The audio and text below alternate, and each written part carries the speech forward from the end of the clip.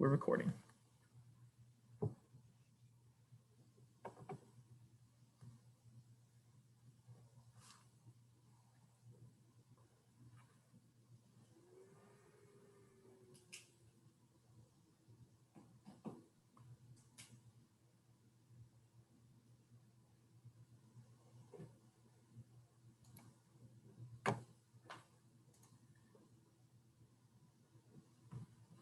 All right, everyone's coming in.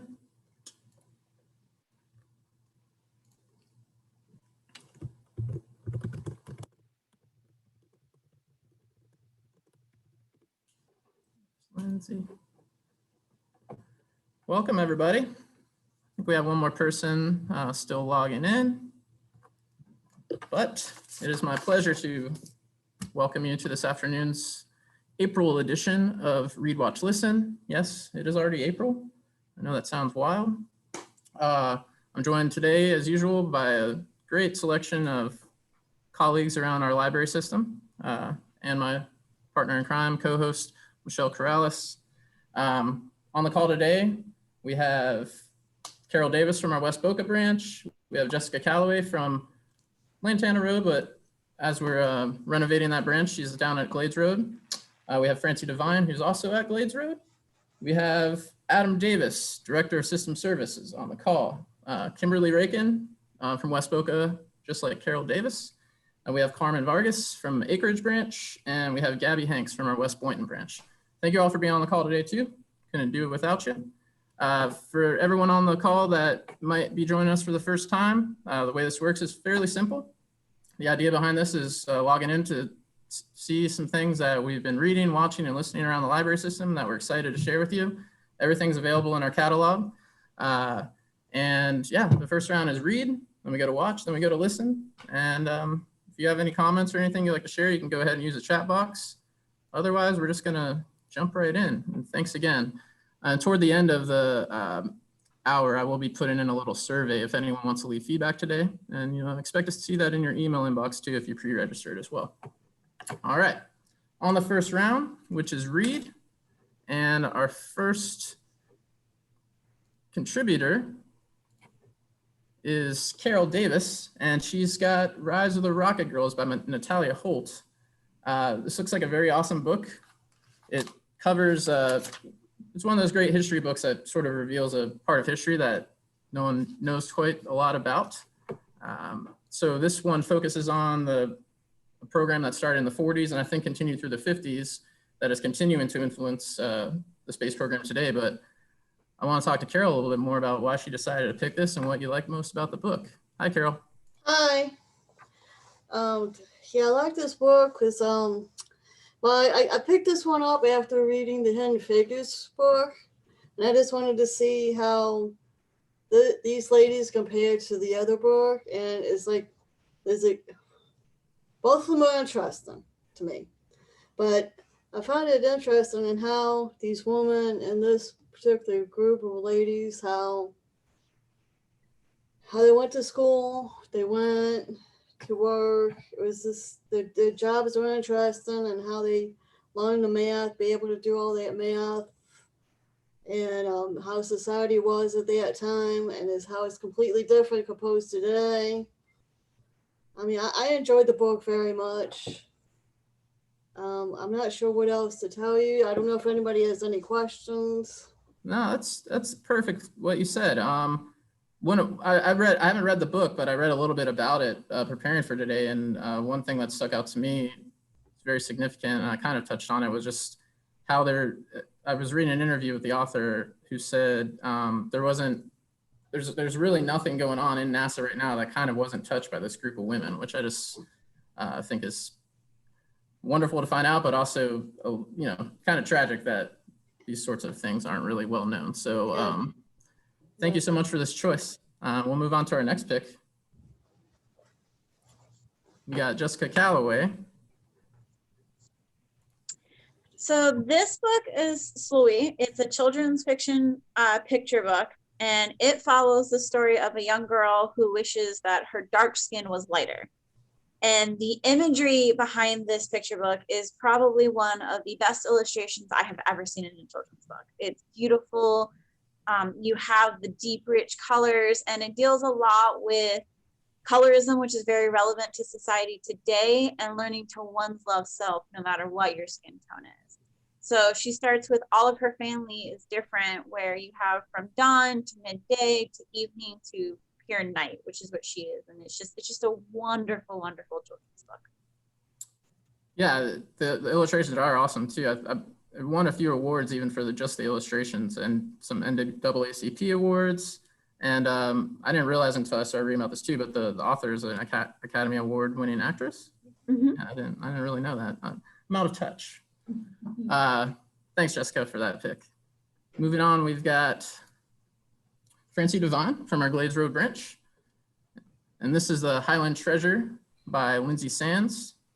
This is the 9th book in her Highland Bride series, if I'm understanding this correctly. Best-selling author.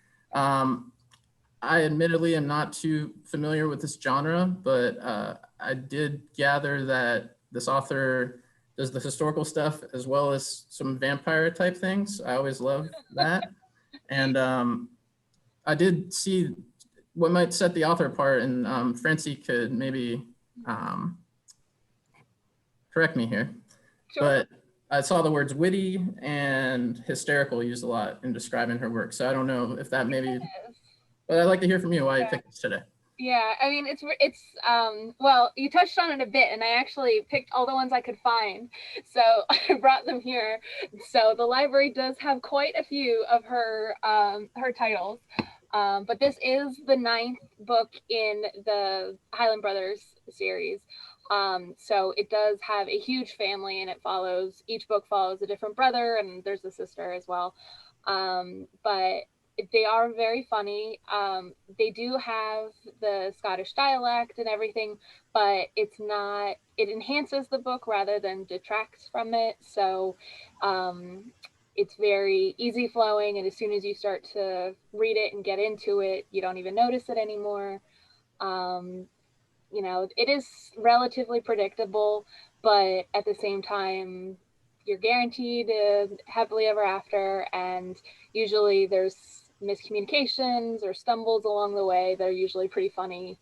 So it's a really enjoyable series, and it's kind of, I consider it sort of like fun junk food, is that you might not want to read it all the time, but it's a fun little jump off and try it out.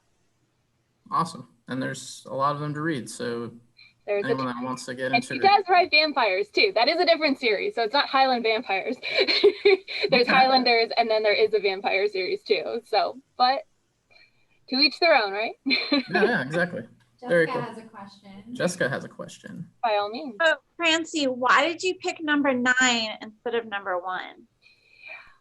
I have a soft spot for this one, and it is the most recent. I like this brother the most because he's actually the healer of the group. So he keeps getting passed over and passed over throughout all 9 books because, you know, he's seen as sort of the softest brother. So I like that this book in particular gives him a chance to, he's used in almost every book because he is the group healer, and you know, he never plans on marrying or anything. He plans on being the outcast essentially. But I really liked that in this book he got his moment to shine. But that does bring up a good point, is that you can read them all, Okay. like you can read them out of order. It's not mandatory, but if you do read it in order, you do sort of get the most out of it. Like, because otherwise you might hear an anecdote or something that's sort of out of place, but maybe mild spoilers, but it wouldn't be something that like ruins the whole series for you. Awesome. That's good to know. Mhm. Thanks, Francie. Sure. Up next, we have our Director of System Services, Adam Davis. And he will be talking about a book called Food Trails, Plan 52 Perfect Weekends in the World's Tastiest Destinations. He is basically our resident foodie here at the system, if you don't know him, but a very appropriate pick. And I'm excited to hear why you picked this, Adam. So Food Trails is the second in the series. The first one is Wine Trails. And I don't know very much about wine, but I do know a lot about food, or I've tasted a lot of food. What I really like about this is that it's not overwhelming. It doesn't give you 1,000 different places to visit in a city. It takes cities and towns across the entire world and gives you an itinerary of maybe like 6 or 7 different places to eat, a festival during a certain time of year, and a hotel.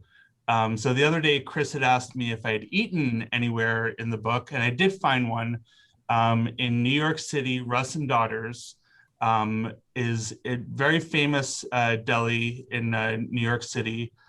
They're listed in the New York City section of Food Trails.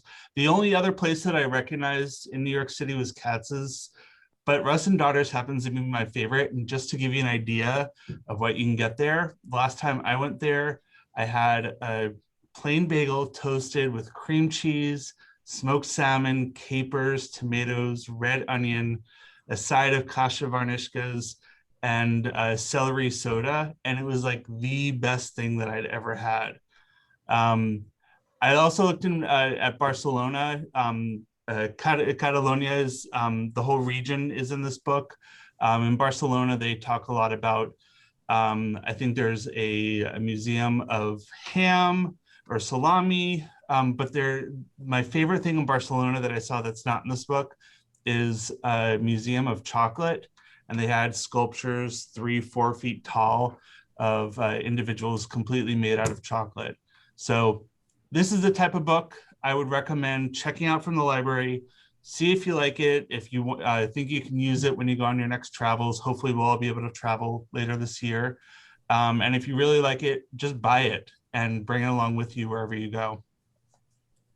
Thanks, Adam. Yeah, I actually got the Hoopla copy after I saw that was a recommendation. It's really, sometimes I'm not really into reading on a tablet or whatever, but it's one of the cooler experiences I've had reading something electronically. So the photographs are awesome. And yeah, beautiful photos. The way it's formatted in general, it's like an itinerary for everything. Yep.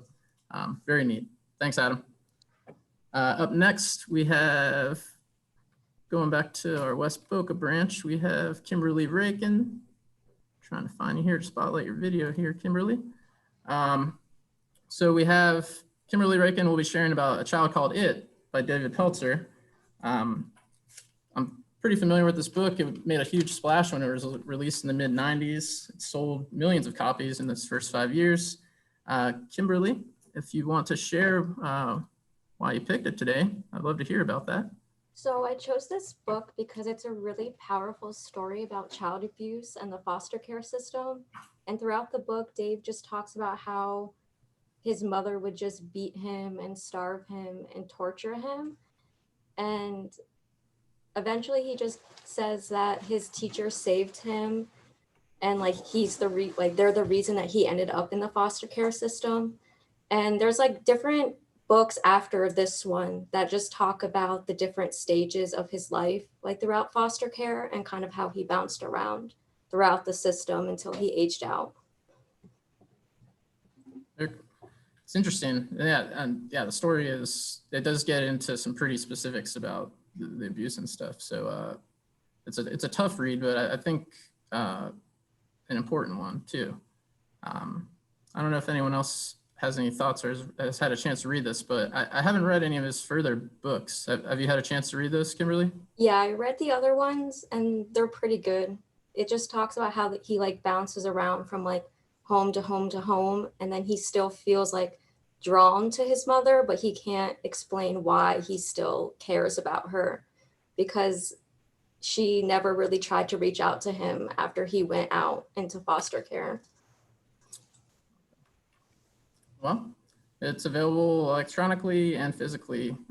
If you're not familiar with any of these services like Cloud Library that's on the screen right now, or Hoopla that was on the previous slide, anybody that works at, most of the people that work at the branches would be more than glad to help you figure that out, get it on your device so you can enjoy these too if you prefer to be an electronic reader or even a listener. Thanks, Kimberly. on to Carmen Vargas from the Acreage branch. She'll be sharing The Design of Everyday Things by Don Norman with us today for the read round.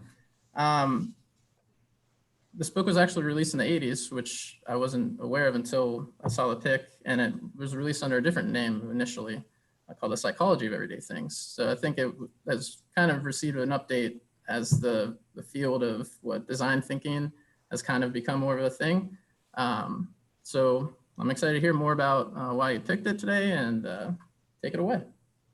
Yeah, so I had read this book a few years ago for a class on product design in college, and I just really enjoyed going through it. It's by a former vice president in advancing technologies, Don Norman, who's sort of well known in the fields of interaction design, user experience, all that fun buzzwordy stuff we see around for design and technology.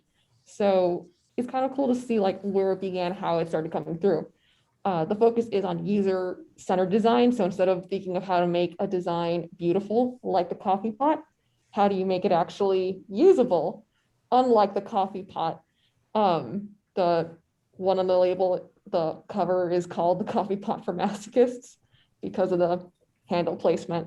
I just thought this book is interesting because it goes into like human error and bad design and why bad design is usually the cause of human error. So when you do something like pull a door that's supposed to be pushed, it's not really your fault. The door is made in such a way that you're doing it incorrectly because it's telling you to do it wrong. It's tricking you. But that's, that's the fun stuff you can get in this book. It was called The Psychology of Everyday Things, but it wasn't really like being picked up in industrial product design as a result, because they're like, oh, it's psychology. We don't really need to focus on that. We want to focus on the tech, the cool stuff. And he's like, well, you need it. So let's rephrase this. So you're going to actually pay attention now. And there you go. That's our new design. So what I mentioned about the doors, those kind of doors that you pull when you're supposed to push them are called Norman doors because of Mr. Don Norman. So fun facts you're going to learn today. Wow, yeah, I just learned a lot. Awesome. I don't know if you see in the chat, but Elton said, I knew it, the doors were the problem. They are the problem. They shouldn't be handles. Yeah, that's good for me to carry around now too, because I find myself in that situation a lot, face planting into a window. Thank you, Carmen. We'll see you in the next round. Up next, we have Gabby Hanks from West Boynton branch. Trying to find you here, Gabby, to spotlight you. There we go. All right. Sorry about that. No, you're good. Okay, so I chose The Invisible Life of Addie LaRue. This was one I was seeing on the hold shelf for weeks, and I hadn't heard anything about it. I didn't know what it was about. But when you see something over and over again, you can't get it out of your head, so you have to know. And I read it in probably 2 sittings. I was so obsessed with it. It's about a young woman who basically is very independent. She doesn't want to get married. I think it's set in 1700s France to begin with. And if you're not someone who's super into historical books, I would still give it a try because I'm not usually either. And again, I became obsessed. And so in order to avoid getting married, she makes a bargain with this dark god that she doesn't really know anything about. And he's like, okay, you don't have to get married. You can live forever and be your own independent, unique person. But the caveat is that no one ever remembers her. And what's really great is it's a very unique take where people will remember her in a conversation, or if they look down and look back up, they remember her. But if they leave the room the next day, that's it. They don't remember her. And the story spans over multiple centuries, a couple different countries, and it's really, really engaging. And yeah, it's not something I ever typically would have read in terms of genre, but it's such good writing and the story is so engaging and always changing that I feel like it's something that a lot of people would like, no matter what your preferred reading genre is. Awesome. Thanks for sharing that, because I think one of the main purposes of gathering and talking about these things is hopefully walking away and reading something we might not have ever read before, right? So Yeah. I'm glad you had that experience. And this book is on my list too. I think I mentioned it briefly the other day, but she is the author of the Shades of Magic series, which was really, really good. So if it's anything even close to how well written that was, I'm sure I'll like it too. So thank you. Yeah. That concludes our first round here. So we're going to move on to the watch. And my friend Michelle is going to take over with all the talking. Yeah, okay. So, hello everyone. First up, we have Carol with Space Boys. And this film is directed, produced, and starring Clint Eastwood. Carol, tell us a little bit about it. Well, it talks about 4 retired military pilots who come back years later to help out with NASA and their space work because there was a problem. And they had to get updated with the modern technology. And of course, the newer astronauts had to get familiar with some of their the older technology, and then went up into outer space. And there's some conflict a little bit between the younger generation and the older ones. And they went up in outer space. It was interesting. I liked it very much. Yeah. I don't know if anybody else would like it, but I liked it. Oh, very cool. So is it like new that you're into space stuff, or because your book was also about space? Is that like a major interest of yours? Well, I've gotten into space a little bit after watching the movie Hidden Figures and then reading the book. Yeah. That I got into it a little bit after that. Oh, wow, that's so cool. Thank you for this pick. All right. Yes, and Hidden Figures is an awesome Yeah, one too. Hidden Figures is great. So All right, next up, we have a romantic film based on the novel by Jojo Moyes, also called Me Before You. Jessica, I read this book. It was so beautiful, warm, sad. I read the sequel. It was amazing. Tell us a little bit about the movie and how it compares. Okay, I will have to say a forewarning. I am someone who occasionally likes to watch that movie that makes you cry. This movie will make you cry. If you're not familiar with the story, it is the idea that this gentleman is paralyzed pretty much from the neck all the way down, so he can't feed himself, he can't walk, he can't even like go to the bathroom by himself. He is in 24-hour care, and it's the entire premise of the novel and the movie is that, is it a quality of life, or where he pretty much gives his family 6 months and then he pretty much wants to euthanize himself because he's no longer having that quality of life. He doesn't feel like it is a life anymore. So between what I really love about it is that question of how can you define what someone's life is? Is it up to that person or the person around you? And he meets this young lady who is very quirky, out of the ordinary, so different from the high posh life that he's used to because she's a lot poorer than he is. So you also get this other dynamic of coming from 2 different worlds combining into one, and it's like an explosion just all together of just like as Michelle said, of just warmth, kindness, and just like it's funny. Like it shouldn't be funny compared to the topic, but it's funny. And I will have to say, this is probably one of the few movies that is just as good as the book. The book is, as I think Bonnie just said in the chat, like it's an excellent book. And the movie is just as excellent. They stayed so close to the core material that there's actually very little difference. And the differences that they did make, it works movie-wise for them very, very well. Oh, I love that. Yeah, the main character, she's so relatable and just like embarrassing and yeah, just like really quirky. I really liked her. Thank you so much, Jessica. All right. Next, we have 2 very cool, very sexy historical dramas based in the 16th century. Both of them are 16th century UK. Francie, I started watching Tudors again since we talked last, and I'm loving it. So go ahead, tell us a little bit more about these 2. Excuse me. Well, I ended up picking these because there was quite a hubbub about Bridgerton and this historical romance and everything, and these immediately came to mind when people are like, well, what do I watch now? So I'm like, well, they're different, but also they have some underlying similarities. Like Rain is a bit more toned down if that's your style, like sexy time wise. This one aired on CW, and it is the story of Mary Queen of Scots and her life, and I would say very loose interpretation, but it's like we were talking cinematically, it's beautiful, costumes are beautiful, the setting, all of that stuff, and it's just a very fun story. And there's I think there's about 4 seasons of this one. So you get invested, you know, that's a good way to burn through a weekend.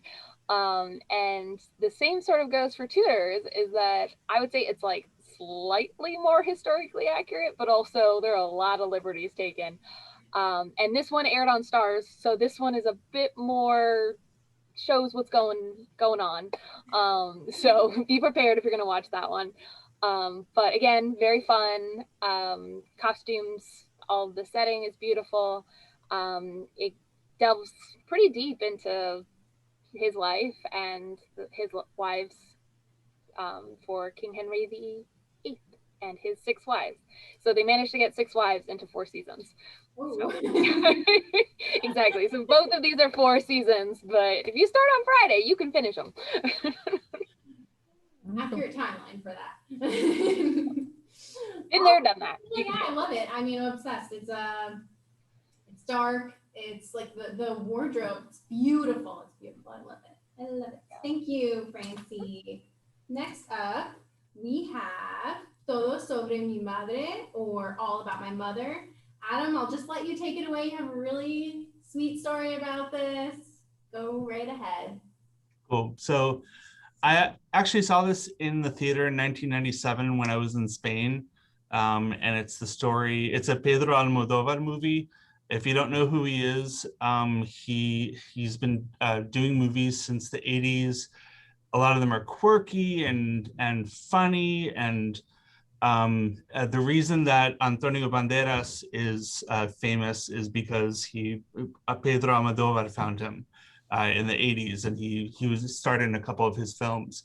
So this film is about Manuela, who is a single mother. She it's her son's birthday, and she takes him out to see a play. And at the end, and this is not a spoiler, at the end of the play, her son is killed.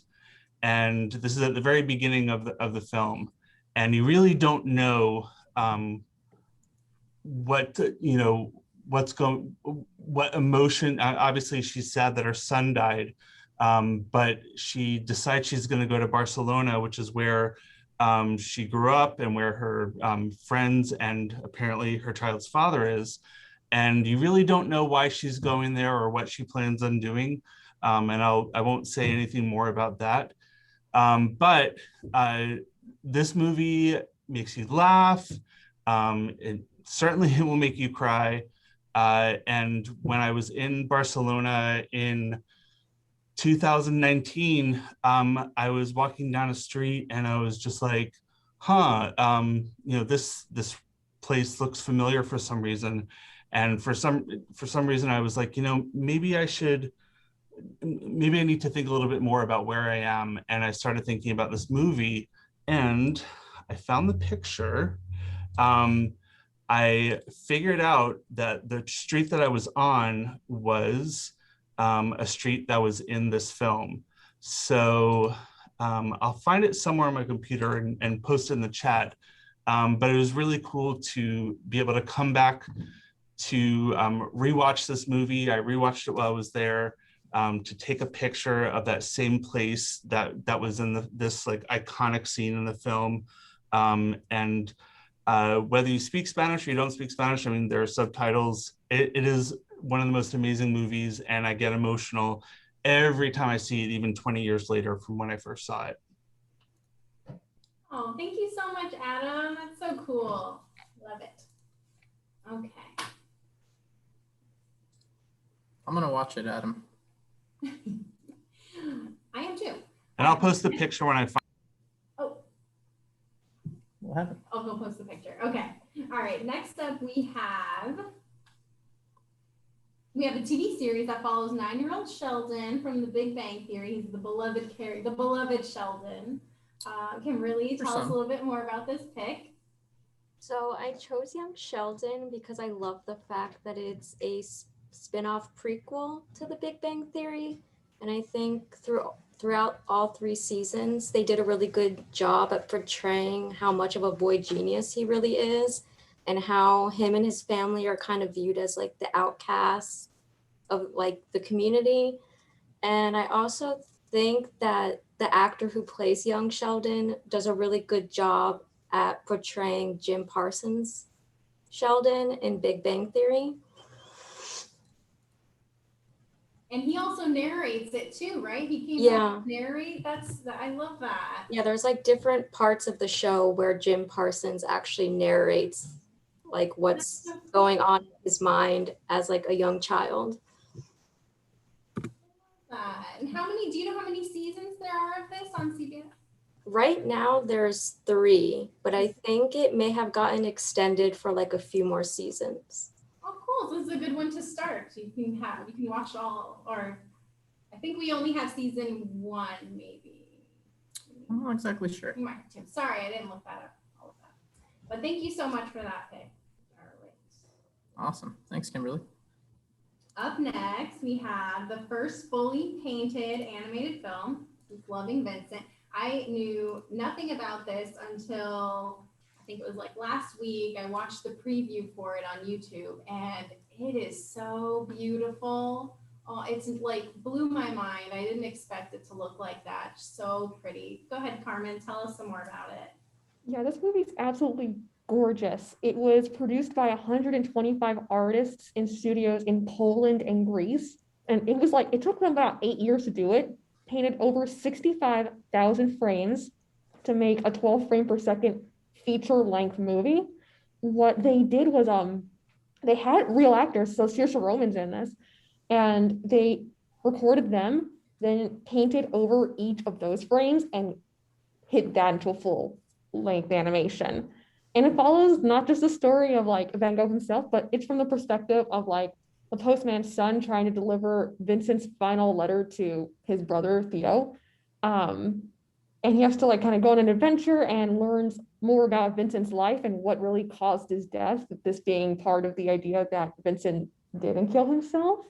So it's a fun exploration in that. It's done in a beautiful medium, the way that they can kind of really capture Vincent's spirit in this. It's very touching. It meant a lot to everyone who was part of the work, and you can see it in every brushstroke. It really, it's so gorgeous. I'm going to watch this weekend. This is on my list because the preview was it's too beautiful to look at. I think that's amazing. And I didn't know Saoirse Ronan was in it. I love her. Yeah, there's a few different people, but that's the one that I remember. Yeah, she's great. Thank you so much, Carmen.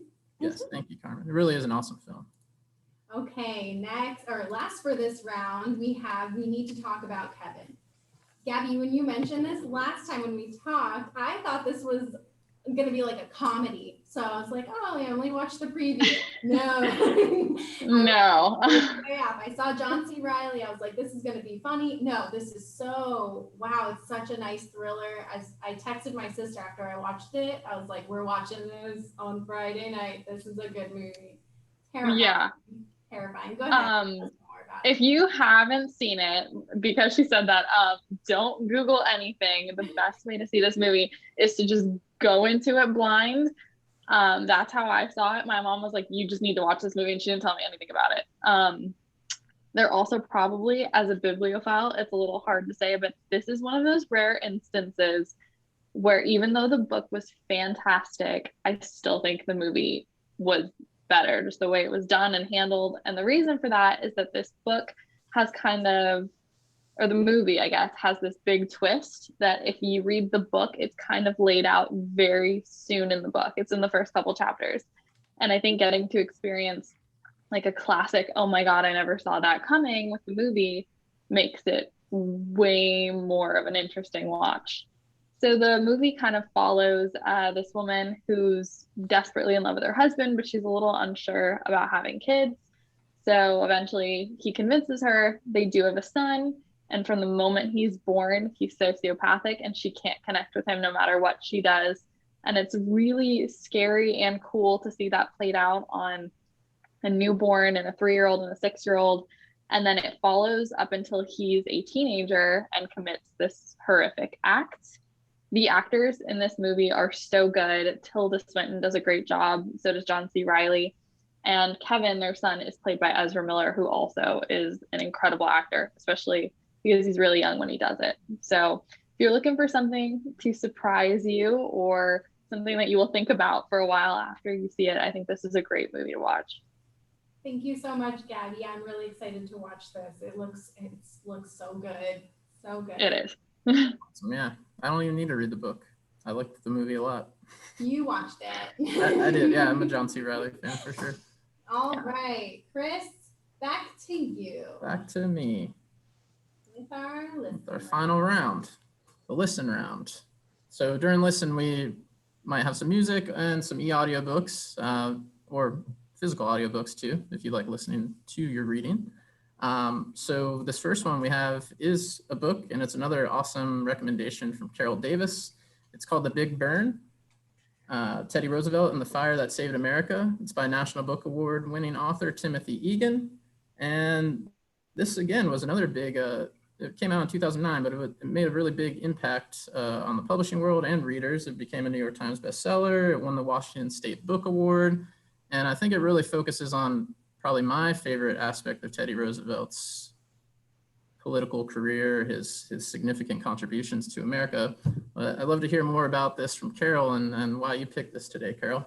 Well, one of the reasons why I picked this out is because I like Theodore Roosevelt myself, and I was wanted to know more about him and what he's done for this country.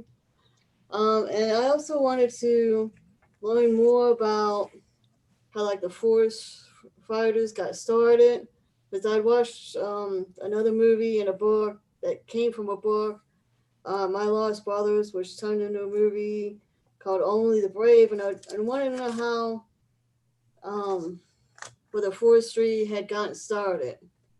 So to answer everybody's question, that's how I got interested in this, and I found it pretty interesting in how they talked about in the early 1900s how Teddy Roosevelt and a few other people started the forestry, and they also talked about the Big Burn at that time. So I just thought it was interesting. Definitely, it's a fascinating subject, and I mean, for me, thinking about it, you know, about 100 years have passed, and I mean, I really couldn't imagine someone of, you know, on a Teddy Roosevelt level's stature, renown, being so involved in a project like this. It's really fascinating how much things have changed in a century. Yeah. Yes. Thank you for sharing that with us, Carol. You're welcome. On to our next pick for this round. We're back to Jessica Calloway. And I just need the slide to advance, please, partner. It's okay.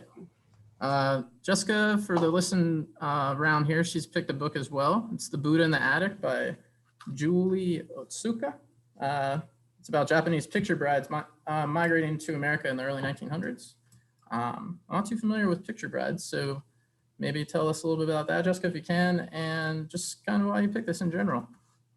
So this is one of my all-time favorite books. I've read it 3 times, and it's very rare I get to that many times around a book.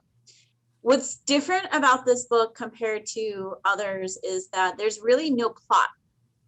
It's pretty much you have specific individuals going through particular events from the moment that they meet their husbands to the life that they have to having children, and you're moving seamlessly through the lives in America that they have. And it's very stream of conscience. You have some women you're going to who are working on fields and rural shacks. You have some who are being maids, some who are trying to open their own business, or they're living in the summer working as domestic workers. And you never have a single name as you move from woman to woman. And it's just the idea of what it's like in their daily. The reason I like it doesn't have a plot and it's the stream of conscious is you really get the sense of what it is like to be these women trying to do day in and day out. In real life, there is no plot for them. They're just trying to survive. And it does take place during World War II, specifically Pearl Harbor. So you have this idea of there being traitors, and these Japanese women and men are turning on each other, like ratting each other out just for a couple coins here and there just to survive. It sounds like there's a lot going on there. I like it. Very, There is. timely too. That is why I definitely suggest, I know Chris doesn't like audios, but for people who do like I really suggest this one because, like I said, I've read it several times and I still get something new every time. And I have found that when I listen to it, because there's different tones and intonations as you're switching from person to person, you have a little bit more of like, oh, this is a different person. I'm not listening to the same lady. Very cool. Well, thanks again. Always wonderful to hear from you for all your recommendations today. We're going to move on to our next pick in the listen round here. We're back to Francie with her selection for this round. In case you were trying to predict what her third selection might have been, she really threw us a curveball here. Love it. This is I love it. This is actually really, I did listen to it. I don't know if you listened to the album I sent you the other day after our meeting, Yeah, good. but yeah, I do like a kind of non-traditional children's albums. So please tell us a little bit more about this. This is Caspar Babypants' Rise and Shine, I believe the 8th album from the performer. I'm sorry? I believe it's the 8th album. Well, the Rise and Shine one's like the 8th album. Yeah, he's got a whole bunch. Right. So you can get the physical copy of the branch, and a couple different ones are also on Freegal. So you can get them downloadable as well. But I chose this originally because actually I'm a children's librarian, and I heard someone play one of his songs at a story time, and the kids went nuts. And it was amazing. It was unexpected. It wasn't like a traditional Raffi or Wiggles or anything. And the kids just loved it. And the parents loved it too, because it was new and something different. So I started to incorporate some of his more folksy, relaxing songs into my weekly baby class when we were in person. And every single week, without fail, I had parents who come up to me and ask me, what songs were you playing during like the baby time? And it was mostly because they come up and tell me is that I play the same songs over and over again, and I need something new, and it's driving me crazy, So especially that's why I really, really like these types, because he does some covers of famous bands, like he has one for Beatles and everything. So it's in a tone and sort of cadence that is relaxing, but still engaging for babies to kids. And it's also fun for the parents and grandparents now, because they have to listen to it too. That's one of my favorite things about getting older. Well, cool. Thank you, Francie. Sure. We're going to move on to the next selection here. This is some music that doesn't need much of an introduction. Hava Nagila. This version by Celia Cruz. Adam, you're planning on singing a little bit of this for us, right? Yes. I see. I'm supposed to promote these things, and I don't think singing would do very much for Celia Cruz.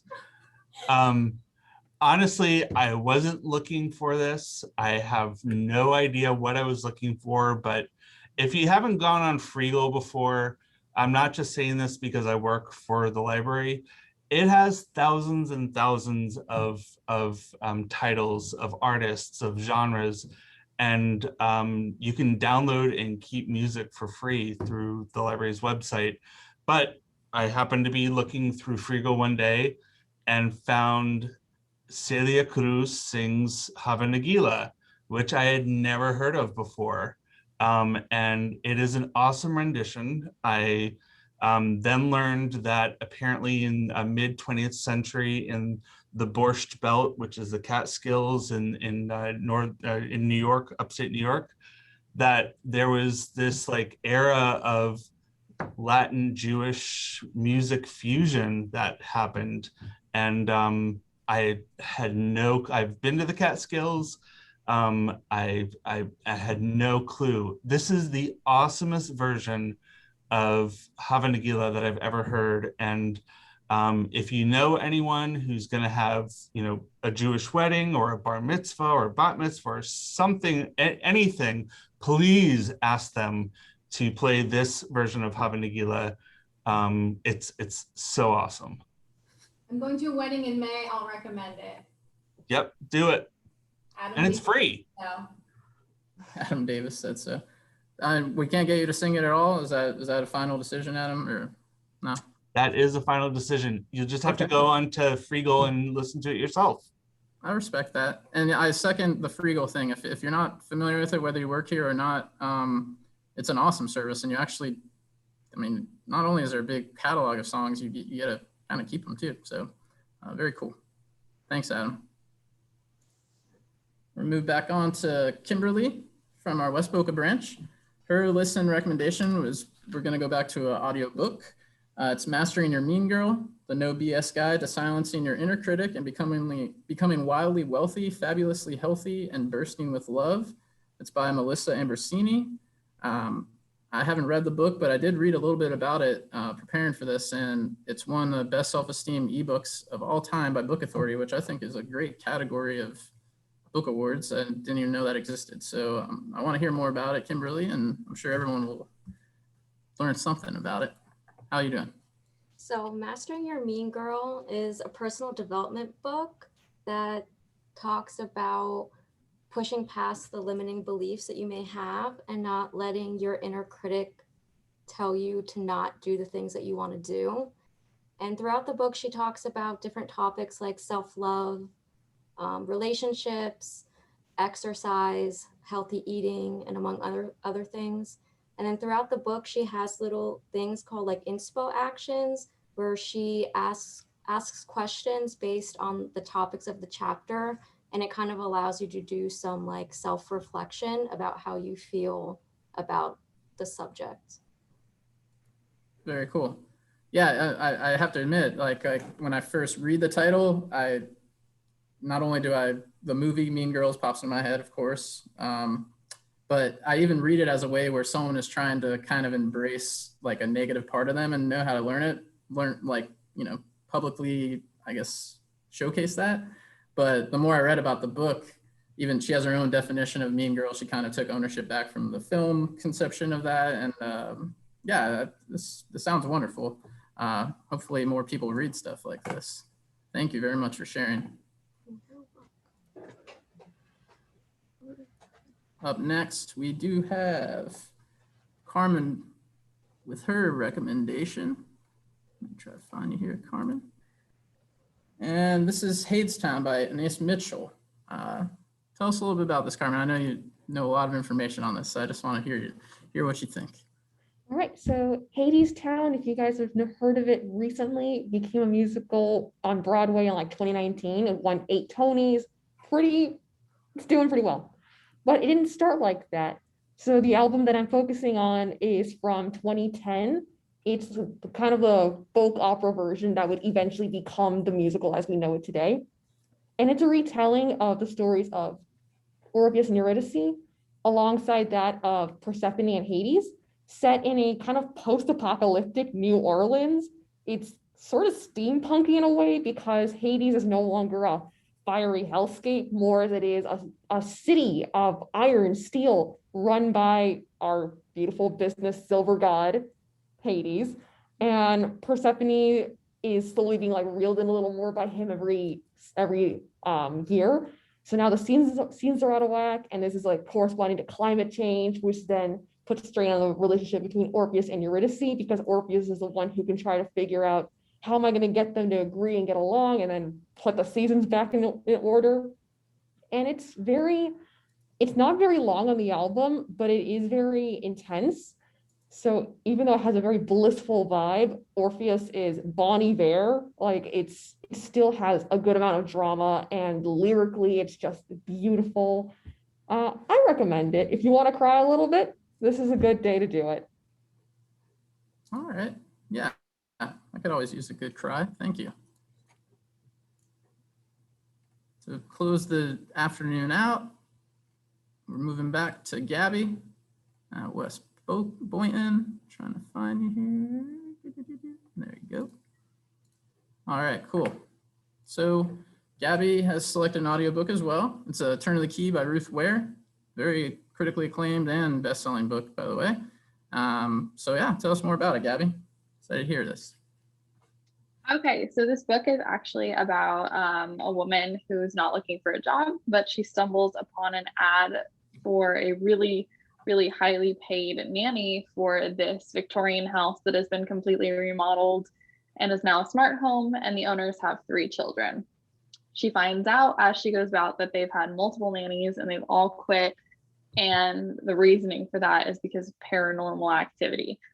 I think the book is great. I've read it and listened to the audiobook, but I think for whatever reason, I'm going to credit a lot of it to the narrator. When you listen to the audiobook, it is so much more engaging. It's so fantastic. The narrator, Imogen Church, has such a satisfying, like classic British accent that you just want to hear her narrate your entire life. She's done a lot of other books too, so if you do fall in love with her voice the way I did, you can hear it as much as you want. And it's really, really interesting because the whole book, as they tell you the plot, is written as this woman writing to her lawyer from prison, claiming she didn't do what she's in prison for. So it kind of is like you're listening to a 10-hour letter of someone pleading their innocence, which sounds a little dark, but it's really good. And I definitely think the way to hear the story is through an audiobook. Okay. Well, I'd probably read the regular one because, as you heard, Jessica shared with everyone that I'm not it's not that I don't like audiobooks, it's that my brain literally can't retain reading that way. So I always get to miss out on the fun narration that everyone talks about. That's just a factoid that no one really needs to know. But thank you for sharing that, everything to everyone. It's been awesome on the call. I think we had a really nice mix of recommendations this month, like usual, but I even feel like we had some new folks on here that I haven't gotten to meet. Hopefully everyone on the call had a good time as well. We're not quite at 3:30 right now. I'm gonna drop a little survey. If you wouldn't mind taking the time to let us know how we did today. I'm gonna drop in the chat right now. That's an English version. I have it in Spanish too that I'm about to drop. I don't know, since we have a few minutes, if anyone on the call wants to put in the chat anything that they've read, watched, or listened to recently that they want us to know about.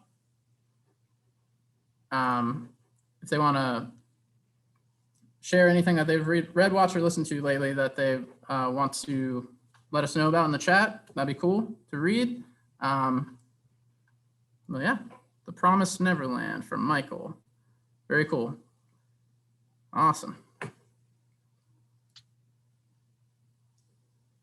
We sent an email with the list. Yes, I definitely will, Vard. I'll get that out to everyone today, or maybe tomorrow actually. But I'll definitely, anyone that pre-registered via email will get the list of everything that was covered today. Anyone else have any questions or anything they want to share before we go? Well, I really enjoy this every month, and I hope to see you guys in May.